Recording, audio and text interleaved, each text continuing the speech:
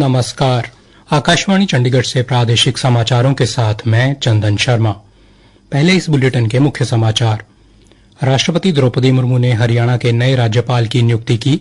Professor Ashim Kumar Ghosh नए राज्यपाल होंगे। एक्सियम 4 मिशन पर गए भारतीय अंतरिक्ष यात्री ग्रुप कैप्टन शुभांशु शुक्ला और 3 अन्य की अंतरिक्ष से वापसी शुरू हुई। भारत के विज्ञान और दृढ़ संकल्प की ऐतिहासिक उपलब्धि चंद्रयान तृतीय ने अपने प्रक्षेपण के 2 वर्ष पूरे किए। मुख्यमंत्री नायब सिंह सैनी ने गन्नौर की अंतर्राष्ट्रीय बागवानी फल एवं सब्जी मंडी में निर्माण कार्यों की समीक्षा की। आला अधिकारियों को 1 साल की अवधि में मंडी चालू करने के निर्देश दिए। और हरियाणा सरकार ने कर्मचारियों से जुड़े विवादों एवं शिकायतों के निपटान के लिए हर विभाग व संगठन में कर्मचारी शिकायत निवारण समिति गठित करने के निर्देश दिए। अब समाचार विस्तार से। राष्ट्रपति द्रौपदी मुर्मू ने आज हरियाणा और गोवा में नए राज्यपालों और लद्दाख में उपराज्यपाल की नियुक्ति की है। पूर्व नागरिक विमानन मंत्री पशुपति अशोक गजपति राजू को गोवा का राज्यपाल नियुक्त किया गया है। वहीं प्रोफेसर आशिम कुमार घोष को हरियाणा के राज्यपाल नियुक्त किया गया है। कविंदर गुप्ता को लद्दाख का उपराज्यपाल नियुक्त किया गया है। राष्ट्रपति ने लद्दाख के उपराज्यपाल सेवानिवृत्त ब्रिगेडियर डॉक्टर बी.डी. मिश्रा का इस्तीफा भी स्वीकार कर लिया है। एक्सियम 4 मिशन पर गए भारतीय अंतरिक्ष यात्री ग्रुप कैप्टन शुभांशु शुक्ला और 3 अन्य की वापसी आज शुरू हो गई है। वापसी यात्रा भारतीय समय के अनुसार आज लगभग शाम 4:30 बजे से शुरू हुई। विज्ञान और प्रौद्योगिकी मंत्री डॉक्टर जितेंद्र सिंह ने बताया कि मिशन के सदस्य कल दोपहर लगभग 3 बजे धरती पर पहुंच जाएंगे। शुभांशु शुक्ला और 3 अन्य सदस्यों को 7 दिन के पुनर्वास में रखा जाएगा ताकि वे वापस धरती के गुरुत्वाकर्षण में समायोजित हो सकें। लखनऊ में मीडिया से बातचीत में शुभांशु शुक्ला के पिता शंभू दयाल शुक्ला ने कहा कि सुरक्षित वापसी के लिए वे लगातार ईश्वर से प्रार्थना कर रहे हैं। जिसके लिए हम लोग गिनते दिन से इंतजार कर रहे थे, अब वो जो है वापसी हो रही है। हम लोगों को बहुत ही खुशी है और बहुत प्रसन्न है कि जल्दी से जल्दी वो वापस आ गए। ये हम ईश्वर से प्रार्थना करते हैं को सकुशल जो है पृथ्वी पर आसानी से उनका वापस हो और ये हमारे लिए बड़ी खुशी का दिन हो। ग्रुप कैप्टन शुभांशु शुक्ला ने अंतरिक्ष केंद्र में 14 दिन के मिशन के दौरान भारतीय वैज्ञानिकों द्वारा विकसित 7 प्रयोग किए। भारत के विज्ञान और दृढ़ संकल्प की ऐतिहासिक उपलब्धि चंद्रयान तृतीय ने अपने प्रक्षेपण के 2 वर्ष पूरे कर लिए हैं। वर्ष 2023 में आज ही के दिन भारतीय अंतरिक्ष अनुसंधान संगठन इसरो द्वारा विकसित LVM-3 M4 रॉकेट ने चंद्रयान तृतीय को सफलतापूर्वक कक्षा में प्रक्षेपित किया था। चंद्रयान तृतीय में एक स्वदेशी लैंडर मॉड्यूल और एक रोवर शामिल था, जिसका उद्देश्य अंतर्ग्रही मिशन के लिए नई तकनीकों को विकसित करना था। इस मिशन के दौरान कई प्रयोग किए गए, जिसमें चंद्रमा की सतह के वायुमंडल का अध्ययन, खनिज तत्वों की उपस्थिति और चंद्रमा की ऊपरी मिट्टी के तापमान का अध्ययन शामिल था। दिल्ली की राउज एवेन्यू अदालत ने नेशनल हेराल्ड धन शोधन मामले में कांग्रेस के वरिष्ठ नेताओं सोनिया गांधी और राहुल गांधी तथा अन्य के विरुद्ध प्रवर्तन निदेशालय की अभियोजन शिकायत पर सुनवाई पूरी कर ली है। अदालत 29 जुलाई को इस मामले में अपना फैसला सुनाएगी। ये मामला नेशनल हेराल्ड मामले में पूरक अभियोग पत्र पर संज्ञान लेने से संबंधित था। इस मामले में कांग्रेस के नेताओं के विरुद्ध धन शोधन के आरोप लगाए गए हैं। सभी आरोपियों ने आरोप पत्र के संज्ञान पर प्रवर्तन निदेशालय की याचिका का विरोध किया है और लगाए गए आरोपों का खंडन किया है। प्रादेशिक समाचार आकाशवाणी चंडीगढ़ से प्रसारित किए जा रहे हैं। हमारे बुलेटिनों और ताज़ा समाचारों के लिए आप हमारी वेबसाइट news.on.air.gov.in पर लॉग इन कर सकते हैं। ये समाचार हमारे YouTube चैनल और x handle Akashvani news Chandigarh पर भी उपलब्ध हैं। मुख्यमंत्री नायब सिंह सैनी ने आज गन्नौर की अंतर्राष्ट्रीय बागवानी फल एवं सब्जी मंडी के चल रहे निर्माण कार्य का निरीक्षण किया। मुख्यमंत्री ने मंडी से संबंधित विभागों के आला अधिकारियों के साथ बैठक कर प्रगति कार्यों की जानकारी हासिल की और उन्हें तय अवधि से पहले मंडी चालू करने के निर्देश दिए। बाद में पत्रकारों से बातचीत में मुख्यमंत्री ने कहा कि मंडी 1 साल की अवधि में ही समय से पहले चालू कर दी जाएगी। उन्होंने कहा कि इसके बनने से प्रदेश के विकास में काफी फायदा होगा।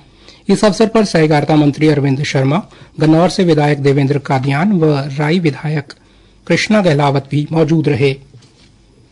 स्वच्छ भारत मिशन हरियाणा के कार्यकारी उपाध्यक्ष सुभाष चंद्र ने स्वच्छ सर्वेक्षण 2024 में हरियाणा के करनाल शहर को देश के 15 स्वच्छ शहरों में स्थान मिलने पर प्रसन्नता व्यक्त की है।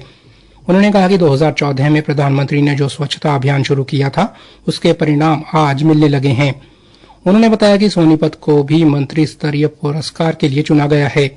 उन्होंने इस उपलब्धि का श्रेय करनाल के जनप्रतिनिधियों, सफाई कर्मचारियों व जनता को देते हुए कहा, जैसे ही ये स्वच्छता सर्वेक्षण 2024 शुरू होना था, उससे पहले ही अधिकारियों के साथ बैठकें कर चुके थे, उनको प्रेरित कर चुके थे।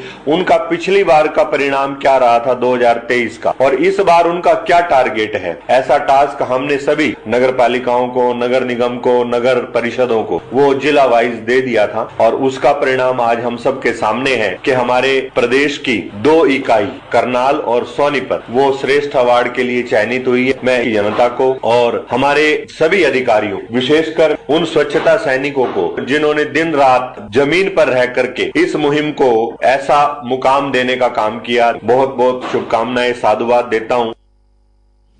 राष्ट्रपति श्रीमती द्रौपदी मुर्मू 17 जुलाई को नई दिल्ली में होने वाले कार्यक्रम में करनाल नगर निगम को ये पुरस्कार प्रदान करेंगी। हरियाणा सरकार ने कर्मचारियों से जुड़े विवादों अथवा शिकायतों को निपटाने को गंभीरता से लेते हुए हर विभाग व संगठन में कर्मचारी शिकायत निवारण समिति गठित करने के निर्देश दिए हैं। हर शिकायत का निपटारा अधिकतम 8 सप्ताह में करना आवश्यक होगा।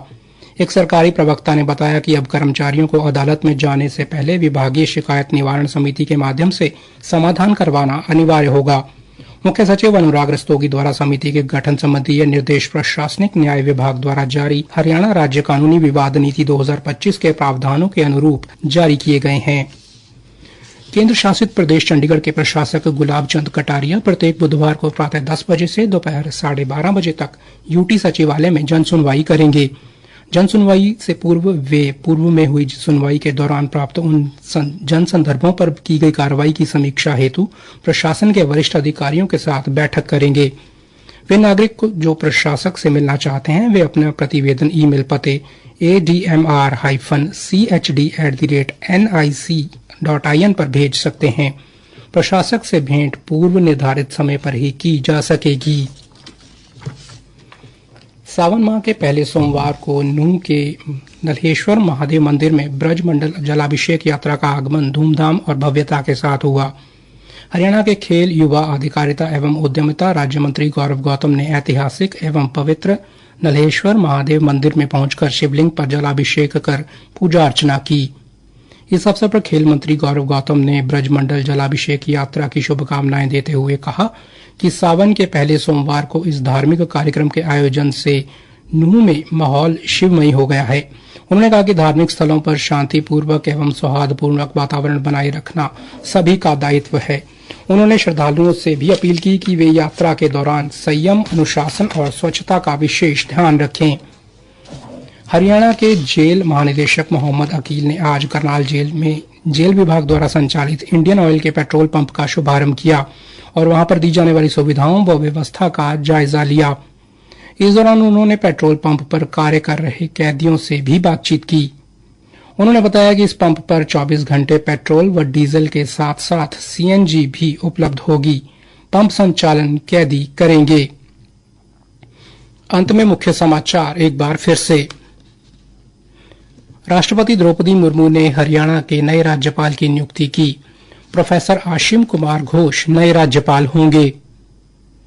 एक्सियम 4 मिशन पर गए भारतीय अंतरिक्ष यात्री ग्रुप कैप्टन शुभांशु शुक्ला और 3 अन्य की अंतरिक्ष से वापसी शुरू हुई।